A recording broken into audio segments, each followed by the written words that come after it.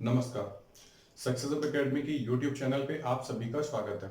चलिए हम लोग आज की क्लास को स्टार्ट करें। काफी दिनों के बाद में मिले हुए हैं, तो अब हम लोगों को अपनी एजुकेशन को लगातार जारी रखना है, क्योंकि आने वाले दिनों में कुछ एग्जाम्स अब आने वाले हैं। ठीक है, क्योंकि भर्तियां धीरे धीरे आ रही हैं और ये भी है कि 2021 की जो वैकेंसी होगी वो भी आनी है। ठीक है, और अप्रोक्सीमेट अब आप ये मान के चलिए कि 2020 तो गया। ठीक है, तो 2021 के लिए भी आप लोग अच्छे से तैयार होना स्टार्ट कर दीजिए। ठीक है, और ऐसा नहीं है कि एग्जाम 2020 में नहीं होंगे, अभी सीटेट का लगा हुआ है, यूपी टेट आना है, तो एग्जाम तो होंगे। यूपीएसआई देखो आ रहा है, हाँ, और इस तरीके से एग्जाम तो आते रहेंगे, तो फिर आप अपनी तैयारी को जारी रखिए। चलिए आज की क्लास को हम लोग स्टार्ट करते हैं। आज हम लोग एक नया टॉपिक उठा रहे हैं, जिसका नाम है रेशियो एंड प्रोपोर्शन। क्या नाम है? Ratio and proportion. रेशियो का मतलब होता है अनुपात और प्रोपोर्शन का मतलब होता है समानुपात। बात है क्या, ये जो टॉपिक है रेशियो एंड प्रोपोर्शन, ये अपने आप में बहुत बड़ी इंपॉर्टेंस रखता है मैथ में।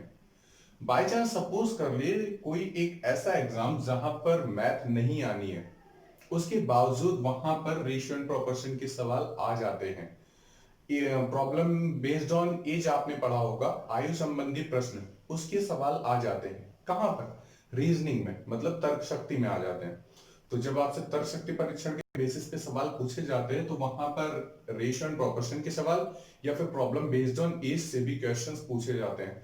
तो इसलिए इस वाले टॉपिक की बहुत बड़ी इंपॉर्टेंस है। ठीक है, तो हम लोग दो टॉपिक स्पेशली बहुत अच्छे से पढ़ेंगे। एक तो रेशियो एंड प्रोपोर्शन पढ़ा हुआ है और एक प्रॉब्लम बेस्ड ऑन एज।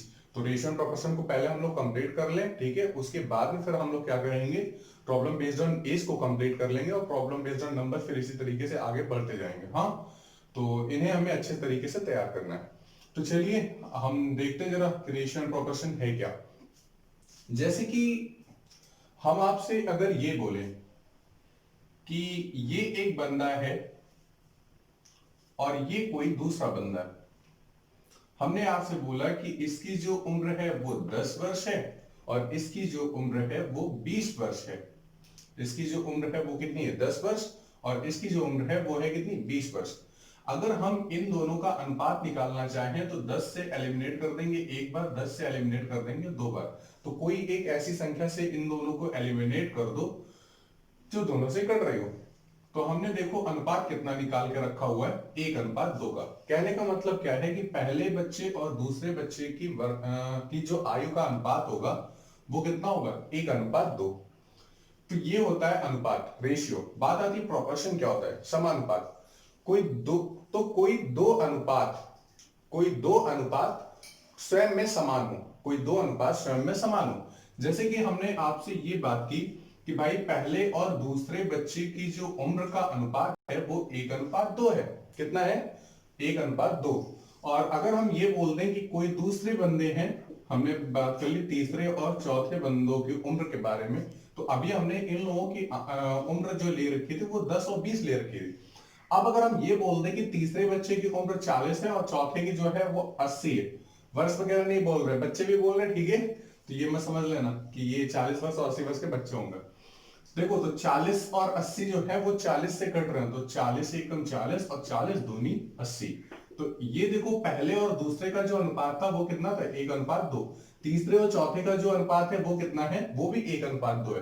तो ये जो दोनों अनुपात हैं, ये जो दोनों अनुपात हैं वो स्वयं में समान है। कैसे हैं? स्वयं में समान है।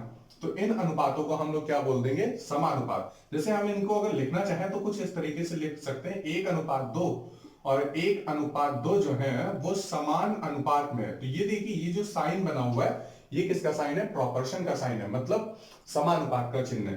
तो आप ये ध्यान रखें कि ये किस चीज का चिन्ह है? समानुपात का या फिर प्रोपोर्शन का।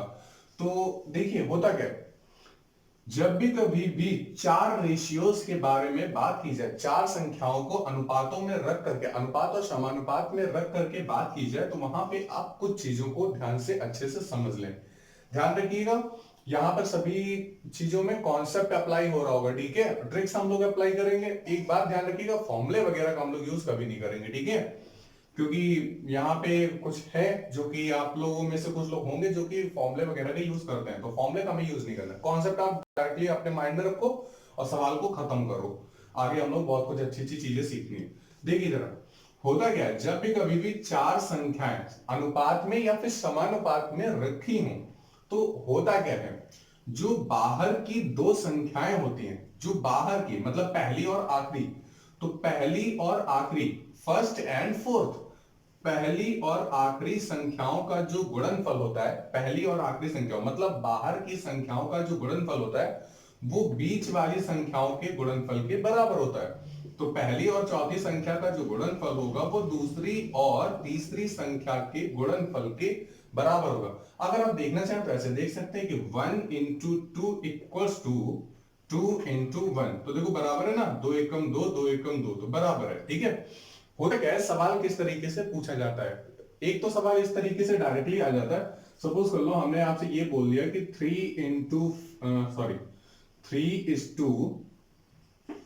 3 प्रोपोर्शन साइन 7 समथिंग कुछ x है, तो आपसे बोल दिया क्या कि यहाँ पे x का मान बताओ।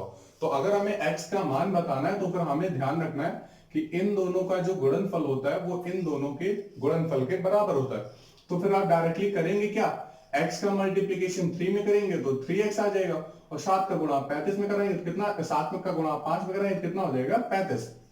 ठीक है, x का मान हमें निकालना था, तो x की वैल्यू निकालने के लिए 3 से हम डिवीजन करा देंगे, तो आंसर कितना आ जाएगा, 35/3। कितना आ जाएगा, 35/3। बात समझ में आई।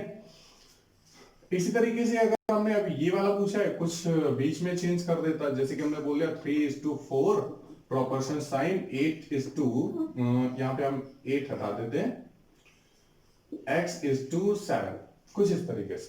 तब फिर हमें क्या करना होता, बाहर की संख्याओं का जो गुणनफल होगा वो अंदर की संख्याओं के गुणनफल के बराबर होगा। 7 3 21, और 4 से हम क्या करते हैं, डिवीजन करा देते, तो 21/4 यही आपका आंसर आ जाएगा। उम्मीद है आपको इतनी चीजें समझ में आ गई होंगी। ठीक है, तो चलिए अभी हमें और भी कुछ सीखना है, तो स्टार्ट करते हैं। ठीक है, और आगे बढ़ते हैं। अब आगे जरा समझिए, है क्या, हमें 3 तरीके से अनुपातों को अच्छे से समझना है। उनसे भी पहले हम लोग जरा और बात कर लेते हैं, जैसे कि होता है समानुपात, समानुपात बोल लें या फिर अनुक्रमानुपाती बोल लें, अनुक्रमानुपाती। एक और चीज पे हम लोग बात कर सकते हैं जिसे हम लोग बोलते हैं व्युत्क्रमानुपाती।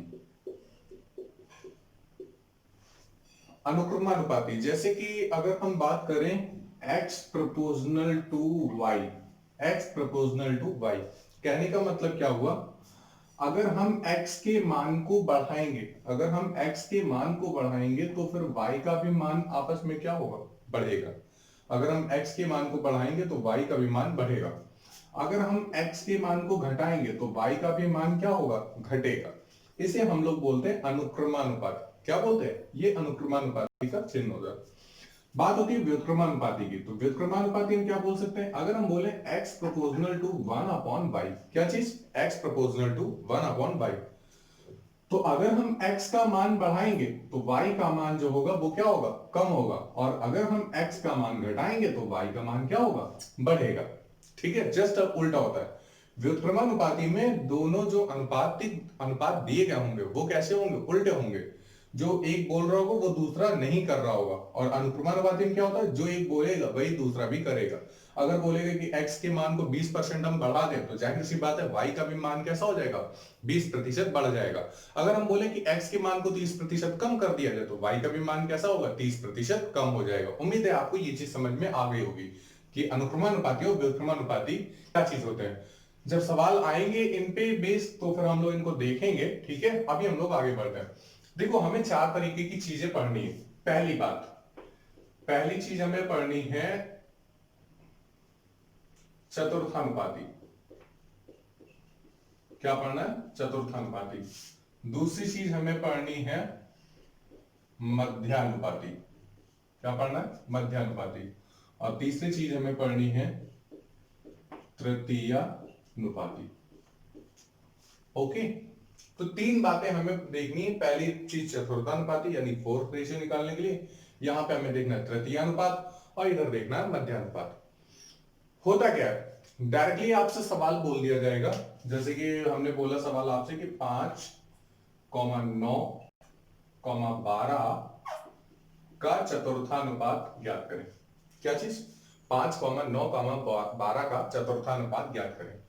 तृतीय अनुपात के लिए हम लोग एक सवाल ले लेते हैं। आपसे बोल दिया कि 18,24 का तृतीय अनुपात ज्ञात करें। किसका, 18,24 का तृतीय अनुपात ज्ञात करें।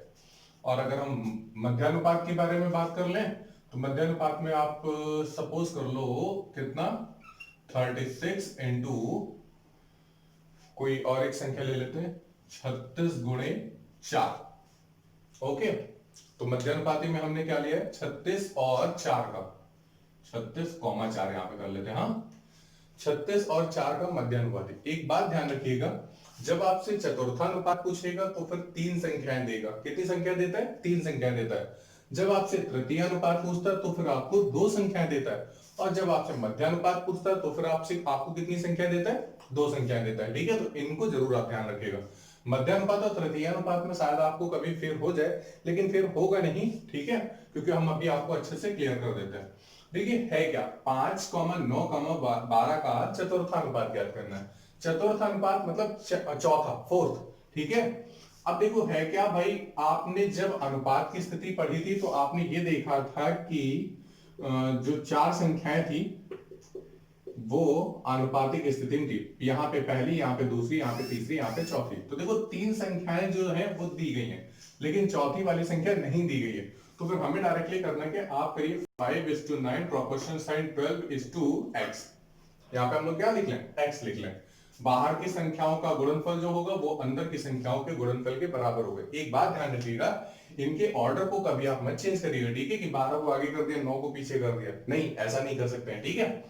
तो फिर आपको करना क्या, x का गुणा 5 में करा दें और 12 का गुणा 9 में करा दें। तो 12 का गुणा 9 में कराएंगे कितना, 108। और यहाँ पे हमें क्या करना है, 5 से बस भाग करा लेना है। तो कितना आ जाएगा, 108/5। 5 से अगर भाग कराना चाहो भाग करा दो, ठीक है, दशमलव में आ जाएगा, दशमलव में आकर के वहीं पे लिख लो, मतलब जो चतुर्थ अनुपात होगा वो कितना होगा, 108/5 होगा। अब बात आती है तृतीय अनुपात की। अब बात किसकी आती है, तृतीय अनुपात की। अब जरा ध्यान समझिए हम लोग क्या करें। आपसे बोला गया 18,24 का तृतीय अनुपात और मध्य अनुपात भी बोला गया, ठीक है। तो पहले हम लोग तृतीय अनुपात को सॉर्ट आउट कर लेते हैं। 18, आपको मालूम है कि जो अनुपात होते हैं वो कितने होते हैं, 4 होते हैं। कितने होते हैं, 4। लेकिन हमें क्या करना है, हमें तृतीय अनुपात ज्ञात करना है, तृतीय अनुपात ज्ञात करना है, ठीक है। वैसे हम लोग फॉर्मूले वगैरह अगर लगाना चाहें बना सकते हैं, लेकिन नहीं, फॉर्मूले हमें नहीं बनाए, हमें सिर्फ चीजों को समझ के करना है, कॉन्सेप्ट क्लियर करना है, तीनों चीजें एक जैसी आराम से हो जाएंगी। तो हमें 18 और 24 का तृतीय अनुपात निकालना। देखो कैसे निकालते हैं, 18:24, ये जो दो संख्याएं लिखी हुई हैं उनको आप डायरेक्टली उसी फर्स्ट एंड सेकंड रेशियो में लिख लो। अब हमें करना क्या है, आप प्रोपोर्शन का साइन लिखिए, लगाइए। ये जो दूसरी वाली संख्या दी गई है, कौन सी, 24, ये जो दूसरी वाली संख्या 24 दी गई है, आप इसको रिपीट करके फिर से लिख लीजिए। हमें तृतीय अनुपात ज्ञात करना, तो 24 को हमने फिर से लिख लिया और यहाँ पे हमने फोर्थ की प्लेस पे क्या कर लिया, x। ध्यान रखिए यहाँ पे जो x का मान आएगा वो थर्ड रेशियो आएगा, ठीक है। तो हमें क्या करना है भाई, 18 का गुणा x में करा लें और 24 का गुणा 24 में करा लें, ठीक है। चलो भाई 18 इंटू एक्स 18x और यहाँ पे 24 गुणे 24 डायरेक्टली मल्टीप्लीकेशन करा लेते हैं। हाँ, 18 को इधर भेज दो तो कितना आ जाएगा, 24 इंटू 24 अपॉन में कितना है, 18। 6 से काट दो, 6 त्रिक 18, 6 चौके 24 और 3 से काट देंगे 8 डाल, तो 8 गुणे 4 कितना हो जाएगा, 32। तो यहाँ पे जो x की वैल्यू आ गई है वो कितनी आ गई है, 32। कहने का मतलब ये 18,24 का जो तृतीय अनुपात होगा वो कितना होगा, 32 होगा। देख लेना कैलकुलेशन पे मिस्टेक तो नहीं, 6 त्रिक 18, 6 चौके 24, 3 से काटोगे 8 बार 8 चौके 32। ओके, तो x की वैल्यू यहाँ कितनी आ जाएगी, 32 आ जाएगी। कितनी बात समझ में आ गई। चलिए अब जरा बात करते हैं मध्यानुपाती। मध्यानुपात और तृतीय अनुपात में जरा रिलेशन को अच्छे से समझ के चलिएगा, ठीक है। हमने तृतीय अनुपात में क्या किया है, दूसरी वाली संख्या को रिपीट करके तीसरे के प्लेस पे लिख दिया था और चौथे के प्लेस पे हमने x रख करके सॉर्ट आउट किया हुआ है। मध्यानुपात में करना क्या है, मध्यानुपात में करना क्या है, आप जानते हैं कि भाई 4 रेशियो होते हैं। कितने होते हैं, 4 रेशियो होते हैं।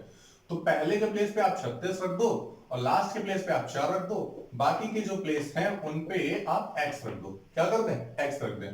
पहले के प्लेस पे पहली संख्या और जो ये दूसरी संख्या दी है उसे हम लोग आखिरी प्लेस पर रख दें और बस मल्टीप्लिकेशन कर दो। पहली संख्या का जो पहली और आखिरी संख्या का जो गुणनफल होगा वो दूसरी और तीसरी मतलब बीच वाली संख्याओं के गुणनफल के बराबर होगा। तो x और x का मल्टीप्लिकेशन कराते हो क्या बन जाता है, x स्क्वायर बन जाता है। अब हम करें क्या, यहां से हम स्क्वायर को हटा दें, यहां से हम क्या करें, स्क्वायर को हटा दें। अगर स्क्वायर को हटा देंगे तो यहां पे क्या लग जाएगा, रूट लग जाएगा। मल्टीप्लिकेशन कराने की कोशिश मत करिएगा। 36 का जो वर्गमूल निकलता है वो कितना होता है, 6, और जो 4 का स्क्वायर रूट होता है वो कितना होता है, 2। तो x की जो वैल्यू आ जाएगी वो 6 गुणे 2 मतलब कितना आ जाएगा, 12 आ जाएगा। कितना आ जाएगा, 12। उम्मीद है आपको समझ में आ गया होगा। तो देखो भाई, चतुर्थानुपात में क्या होता है, 3 रेशियो दिए जाते हैं। तृतीय अनुपात में क्या होता है, 2 रेशियो दिए जाते हैं। और मध्यानुपात में क्या होता है, 2 रेशियो दिए जाते हैं। ठीक है, तृतीय अनुपात और मध्यानुपात में 2 ही रेशियो दिए जाएंगे। अब है क्या, जैसे कि चतुर्थ अनुपात में बोला तो 3 अनुपात, ये डायरेक्टली आप 5 और 9 12 लिख लो और x की वैल्यू निकाल लो। ठीक है, तृतीय अनुपात में क्या होता है, आपने 18,24 लिखा हुआ था तो 24 जो दूसरी वाली संख्या उसी को एक बार रिपीट करके लिख लो और जो चौथी प्लेस की वैल्यू उसको x मान करके x का मान निकाल ले। ठीक है, मध्यानुपात में क्या था, मध्यानुपात मतलब बीच वाला अनुपात निकालना है। तो फिर आपको क्या करना है, बीच के दोनों प्लेस पे x रखना है और इन दोनों संख्याओं का के गुणनफल का वर्गमूल निकालो। इन दोनों संख्याओं के गुणनफल का वर्गमूल निकाल लें। ठीक है, आंसर आ जाएगा। उम्मीद है आपको समझ में आ गया होगा। अच्छा, कुछ चीजें और भी हैं, जैसे कि सपोज कर लो होता है एक वर्गानुपात। क्या होता है, वर्गानुपात। तो धीरे धीरे ऐसे कभी कभी कुछ क्वेश्चंस हैं जहां पे वर्गानुपात वगैरह के बारे में बात की जाती है। तो सपोज कर लो हम अगर आपसे यही बोले कि x proportional to Y square, तो ये कैसा अनुपात है, वर्ग के अनुपात में। ठीक है, अगर हम x के मान को बढ़ाएंगे तो y का जो मान बढ़ेगा, तो भाई देखो प्रोपोर्शन में, अनुक्रमानुपात में। ठीक है, कैसे, अनुक्रमानुपात में। तो एक बात होता है, अगर आप x के मान को बढ़ाएंगे तो y स्क्वायर का जो मान होगा वो भी आपस में क्या होगा, बढ़ेगा। यहाँ पे देखो y का मान बढ़ रहा था, लेकिन यहाँ पे y का मान नहीं बढ़ेगा, यहाँ पे y स्क्वायर का मान बढ़ेगा। मतलब ये वर्ग में बढ़ेगा। किसमें बढ़ेगा, वर्ग में बढ़ेगा। इसके आगे सवाल अभी हमें मिलेंगे तब फिर हम इन्हें सॉर्ट आउट करेंगे। ठीक है, तो चलिए आगे बढ़ते हैं और सवाल को सॉर्ट आउट करने की कोशिश करते हैं। अब आगे समझते हैं, जरा ध्यान समझिएगा। होता क्या है, आपसे 2-2 करके अनुपात दिए जाते हैं। जैसे कि सपोज कर लो हमने आपके सामने सबसे पहला सवाल लिखा कि a और b का जो अनुपात है वो है 1:2। कितना है, 1:2। और आपको और दिया है कि b और c का अनुपात कितना है, सपोज कर लेते हैं 2:3 दिया। यहां पे जितने भी तरीके से एग्जाम में सवाल पूछे जा सकते हैं सभी हम क्रैक करेंगे। ठीक है, तो जरा ध्यान समझिएगा, आपको अच्छे समझ में आ जाएगा। a और b का जो अनुपात दिया गया है वो 1:2 दिया गया है और b और c का जो अनुपात दिया गया वो 2:3 दिया गया। अगर हम दूसरे सवाल को यहीं पे बनाना चाहें तो दूसरा सवाल ये आ गया, if a is to b equals to 2:3 and b is to c equals to 4:5। ठीक है, तो अगर a अनुपात b का अनुपात 1:2 हो और b अनुपात c का अनुपात कितना हो, 2:3 हो, तो a अनुपात b अनुपात c का अनुपात बताना है। a b और c का अनुपात बताना है। यहां पे भी आपसे हमने क्या किया, a b और c का अनुपात बताना है। क्या करना है, अनुपात बताना है। ध्यान समझिए, है क्या। अच्छा आप देखो, यहां पे a है, यहां पर b और b है और इधर क्या है, c है।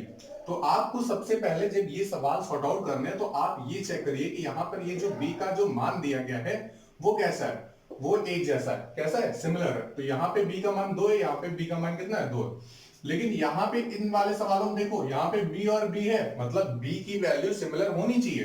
तो b की वैल्यू यहाँ पे 3 और यहाँ पे क्या है, 4 है। जैसे कि अगर आप कुछ यहां पे समझने की कोशिश करना चाहें तो कुछ आप इस तरीके से सोच सकते हैं। क्या, सपोज कर लो भाई 3 भाई हैं। कितने भाई हैं, 3 भाई हैं।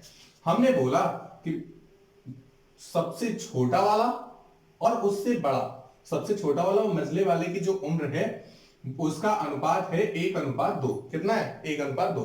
मतलब ये है कि अगर इसकी 10 होगी तो इसकी कितनी होगी, 20 होगी। क्यों, ऐसा ही तो होगा। लेकिन अगर हम दूसरे और तीसरे वाले की उम्र का अनुपात देखना चाहें, अगर हम किसकी दूसरे और तीसरे वाले की उम्र का अनुपात देखना चाहें, तो शायद ऐसा हो सकता है कि इसकी उम्र का और इसकी उम्र का अनुपात कितना हो, 1:3। हम लोग मान के चल रहे हैं, ठीक है, ऐसा कोई है नहीं कि यही चीजें होनी चाहिए। 1:3 का मतलब क्या है कि अगर इसकी 20 है तो इसकी जो होगी वो 3 गुना होगी, मतलब कितना हो जाएगा, 60 हो जाएगा। तो इसका कहने का मतलब ये नहीं है कि अनुपात अगर अलग अलग दे रहे हो तो उनकी वैल्यूज बराबर नहीं होंगी, वैल्यू हमेशा बराबर होगी। क्या मझले वाले की उम्र क्या उसी समय के लिए चेंज हो जाएगी? नहीं, कभी नहीं ऐसा हो सकता है, ठीक है।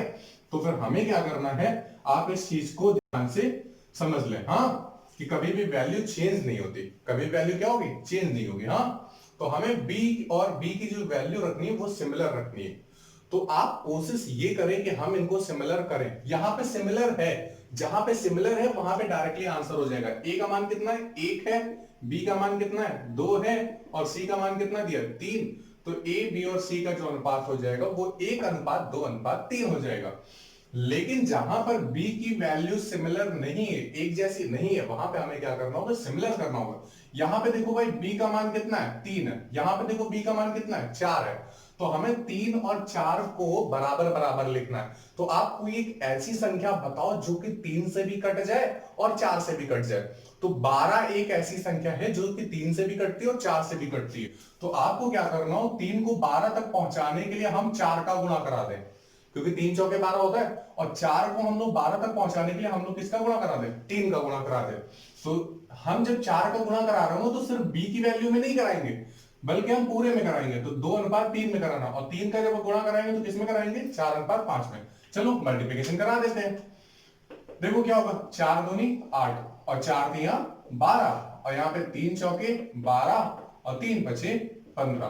तो अब देखो भाई ए की वैल्यू कितनी, 8। बी की वैल्यू कितनी, 12। बी की वैल्यू कितनी, 12। और सी की वैल्यू कितनी, 15। तो यहाँ पे देखो बी के जो मान है वो आपस में कैसे हो गए, इक्वल हो गए। तो फिर आप अब डायरेक्टली लिख लो, ए का मान कितना है भाई, 8 है। बी का मान कितना है, 12 है। और सी का मान कितना है, 15 है। तो यही जो आंसर, यही जो अनुपात आएंगे वही क्या हो जाएगा, आंसर हो जाएगा। इतनी बात समझ में आ गई। अब जरा थोड़ा सा और समझिए। बात ये आती है कि हम अगर बराबर ना करना चाहें, हम अगर क्या कर रहे हैं, बराबर ना करना चाहें, तो हम लोग डायरेक्टली कैसे कर सकते हैं। तो सुनो भाई, आप क्या करें, ध्यान समझिएगा। ए और बी का अनुपात दिया हुआ है, तो आप ए और बी ऐसे लिख लो, ठीक है। और जो दूसरे अनुपात दिए गए बी और सी, तो उसमें आप इनको थोड़ा सा नीचे लिख लें। मतलब ये जो सिमिलर है वो सिमिलर के नीचे रखो, जो एक जैसे हैं उन दोनों को एक दूसरे के नीचे रखो। अब हम करें क्या, देखो, ए का मल्टीप्लीकेशन हम बी से करा दें। ए का मल्टीप्लीकेशन हम किससे करा दें, बी से। तो ए इंटू बी इज 2। और क्या करना है, अब इस b का गुणा b से करा दो, b का गुणा b से। तो पहला वाला b और दूसरे वाले b का हमें गुणा कराना है। और तीसरी कंडीशन पे हम बाहर का गुणा करा दें, मतलब b का गुणा c से। तो कहने का मतलब ये है अप्रोक्सीमेट, कहीं ना कहीं अगर हम इसको थोड़ा सा इस तरीके से रख दे तो ये उल्टे n की तरह बन जाएगा। कैसा बन जाएगा, उल्टे n की तरह। तो b और c का हम गुणा करा देंगे, तो b इंटू सी। अब बात ये आती है कि यहाँ पे जो वैल्यूज दिए हम उनसे सॉर्ट आउट करें। हम ये तो एग्जाम में नहीं करेंगे ना, ये आपको हमने समझाने के लिए बताया। तो चलो अब देखते हैं भाई, 2:3 ऐसे दिया हुआ था। फिर हमने बोला था जो वैल्यू सिमिलर हो, बी सिमिलर है, तो बी को बी के नीचे रखेंगे। तो बी की वैल्यू कितनी, 4:5। तो 4 को हम नीचे रख करके आगे 5 लिख दें। क्या करना था, सबसे पहले इन दोनों का गुणा, तो 4 दूनी 8। फिर क्या करना था, इन दोनों गुणा, तो 4 तिया 12।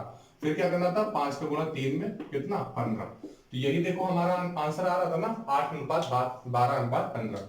उम्मीद है आपको समझ में आ गया होगा, कंफर्म।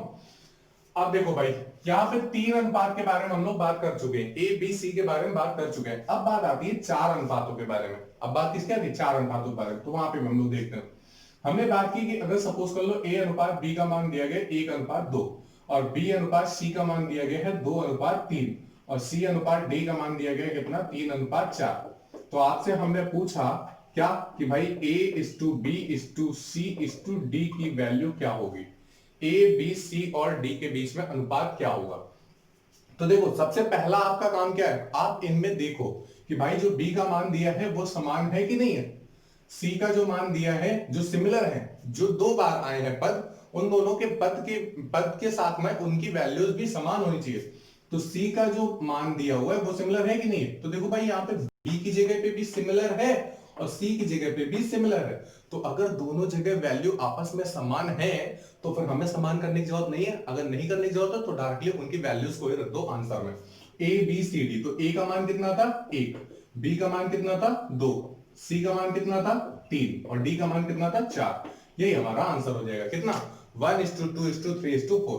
उम्मीद है आपको समझ में आ गया होगा। अब बात ये आती है कि कहीं कहीं पर तो भाई चेंज होता है ना, तो चलो भाई चेंज करके देख लेते हैं। भाई सवाल आया कि ए और बी के बीच में जो अनुपात है वो दिया हुआ है 1:2, बी और सी के बीच में जो अनुपात दिया है वो दिया हुआ है 3:2, ठीक है। और सी और डी के बीच में जो अनुपात दिया है वो सपोज कर लेते हैं कितना दिया 3:4। कितना दिया 3:4। तो आपसे पूछा है कि ए बी सी और डी के बीच में अनुपात कितना होगा, ए बी सी डी के बीच में अनुपात कितना होगा। देखो भाई आपको करना क्या है, बी की वैल्यू को पहली बार सिमिलर करना है और सी की वैल्यूज को भी आपस में क्या करना है सिमिलर करना है। तो आप कहीं से भी स्टार्ट कर सकते हो, नीचे ऊपर से स्टार्ट कर लो या फिर नीचे से स्टार्ट कर लो, कहीं से भी स्टार्ट कर लो। हाँ तो पहले हम सीख रहे हैं क्या, वैल्यूज को बराबर करना। जब वैल्यूज को बराबर करना सीख लेंगे उसके बाद फिर हम लोग क्या सीखेंगे, जो हमने इस तरीके से फॉर्मेशन बनाई थी उस तरीके से सीखेंगे। आज तो देखते हैं भाई सबसे पहला काम क्या है, हमें वैल्यूज बराबर करनी। तो हम सी की वैल्यूज को बराबर करने जा रहे हैं। तो यहाँ पे 2 है, यहाँ पे 3 है, तो 2 और 3 से कोई एक ऐसी संख्या बताओ जो कट जाए। 6 कटती है, तो हम एक काम करते हैं, हम यहाँ पे 3 से गुणा करा ले और यहाँ पे हम किससे गुणा करा ले 2 से। तो 3 दूनी 6 हो जाएगा और 2 तिया 6 हो जाएगा, ठीक है। अब देखो जब हम 3 का गुणा 2 में कराएंगे तो 6 होगा और 3 का गुणा 3 में कराएंगे तो कितना हो जाएगा 9। कितना हो जाएगा 9 हो जाएगा ना। तो हमें क्या करना है भाई, बी के भी मान आपस में कैसे रखने हैं, समान रखने हैं। बी के मान आपस में कैसे रखने हैं, समान रखने हैं। तो देखो हमें क्या करना है, 3 का गुणा हम 3 में कराएंगे तो फिर 9 बनेगा। तो फिर हम बी के प्लेस पे यहां पे भी हम कितना रखें 9 रखें। तो हम यहाँ पे 2 में हम किसका गुणा कराएं कि 9 बन जाए, 2 में हम किसका गुणा कराएं कि 9 बन जाए। तो 2 से भाग कराओगे मतलब x के प्लेस पे 4.5, मतलब 4.5 का गुणा कराना पड़ेगा।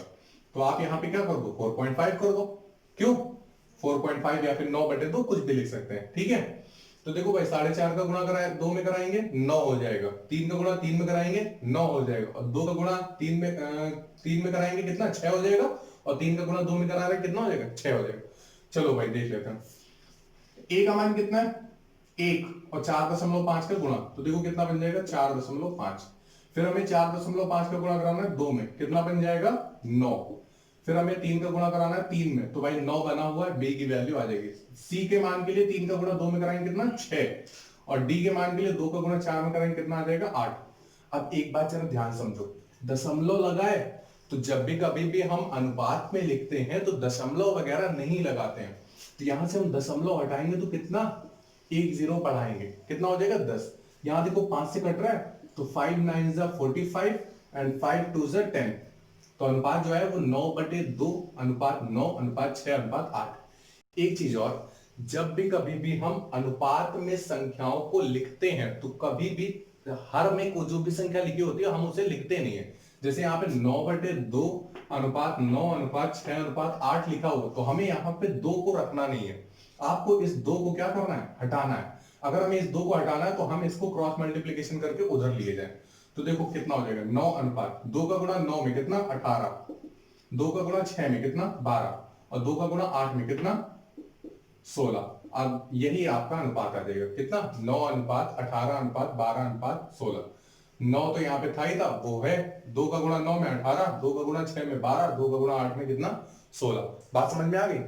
अब बात ये आती है कि अगर हम इसको क्रॉस करके करना चाहें, मतलब इस तरीके से फॉर्मेशन बना करना चाहें तो कैसे कर सकते हैं। देखो भाई है क्या A:B दिया गया B:C, तो B के नीचे ही B दिया होगा तो B:C और C:D दिया तो फिर C के नीचे C:D। अब जरा ध्यान समझो, इन तीनों का आपस में गुणा ABC, तो ABC का आपस में गुणा, ठीक है। फिर क्या करना है, इन दोनों खड़े का गुणा B और B का गुणा, फिर इधर C का, तो फिर क्या हो जाएगा BBC।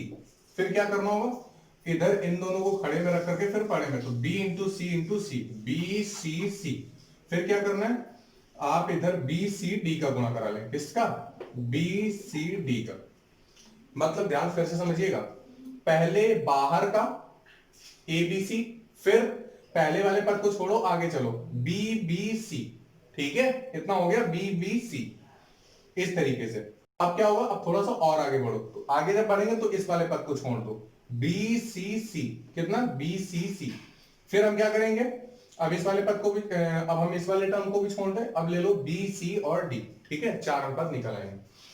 देखो भाई, यही हमें अनुपात लेकर के चलने हैं, कितने, 1 अनुपात 2, 3 अनुपात 2, 3 अनुपात 4, इन्हीं को हम लोग रख करके शॉर्ट आउट करने की कोशिश करते हैं। 1 अनुपात 2 दिया हुआ है, यहां पे 3 अनुपात 2 दिया है, और यहां पे कितना दिया हुआ है, 3 अनुपात 4, सभी को हमने एक समान लिख लिया। अब आपको करना क्या, इन तीनों का आपस में गुणा करो, 3 त्रिक 9, और 9 का गुणा 1 में हो जाएगा, कितना होगा, 9, ठीक है। अब देखो भाई, 3 का गुणा 3 में और फिर 6 2 में, तो 2 3 6 और 6 त्रिक 18, हाँ। फिर बाहर में 2 का गुणा 2 में कितना, 4, और 4 का गुणा 3 में कितना हो जाएगा, 12, ठीक है। फिर यहां पे देखो बाहर का, तो 4 दूनी 8 और 8 दूनी 16, तो अनुपात कितना आ जाएगा, 9 अनुपात 18 अनुपात 12 अनुपात 16, और ये देखो ऊपर से भी अनुपात आ रहा था। उम्मीद है आपको ये चीज समझ में आ गई होगी, ठीक है। तो चलिए, आज की क्लास को हम यहीं पर ओवर कर रहे हैं, ठीक है, और नेक्स्ट क्लास में जब आपसे मिलेंगे तो इसके आगे हम लोग पढ़ने की कोशिश करेंगे, ठीक है, और अच्छे अच्छे सवालों को हम लोग डिस्कस करेंगे, क्योंकि एक बात ध्यान रखिएगा, कोई भी एग्जाम हो, यहां से सवाल बनना तय होता है। ओके, चलिए आज की क्लास होगा, थैंक्स अ लॉट।